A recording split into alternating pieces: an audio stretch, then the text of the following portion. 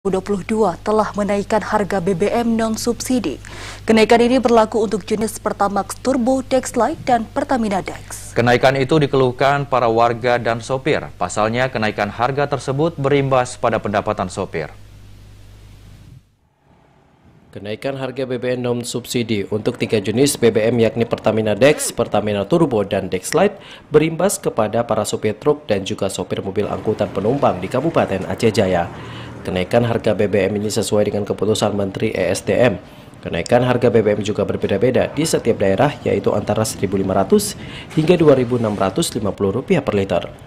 Dilansir dari laman resmi Pertamina, untuk Provinsi Aceh harga BBM non-subsidi seperti Pertalite masih Rp7.650 per liter, Pertamax Rp9.000 per liter, Pertamax Turbo Rp13.500 per liter, Dexlite Rp12.150 per liter, dan Pertamina Dex Rp13.200 per liter. Dari pantauan TVRI di salah satu SPBU yang ada di Kota Calang, puluhan mobil harus mengantri untuk mendapatkan minyak, terutama BBM jenis solar. Menurut pengakuan para supir, antrian ini dilakukan untuk mendapatkan BBM bersubsidi, karena jika membeli BBM non-subsidi akan mengeluarkan dana yang cukup besar.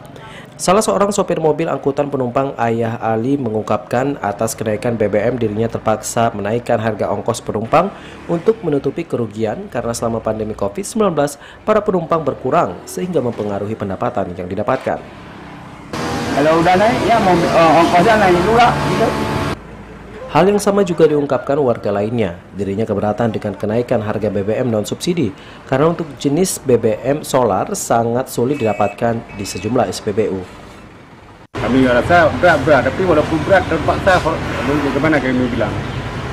Nah, kan kalau memang kalau rencananya solarnya misalnya dihabisin, kalau decknya diturun, nggak ada masalah.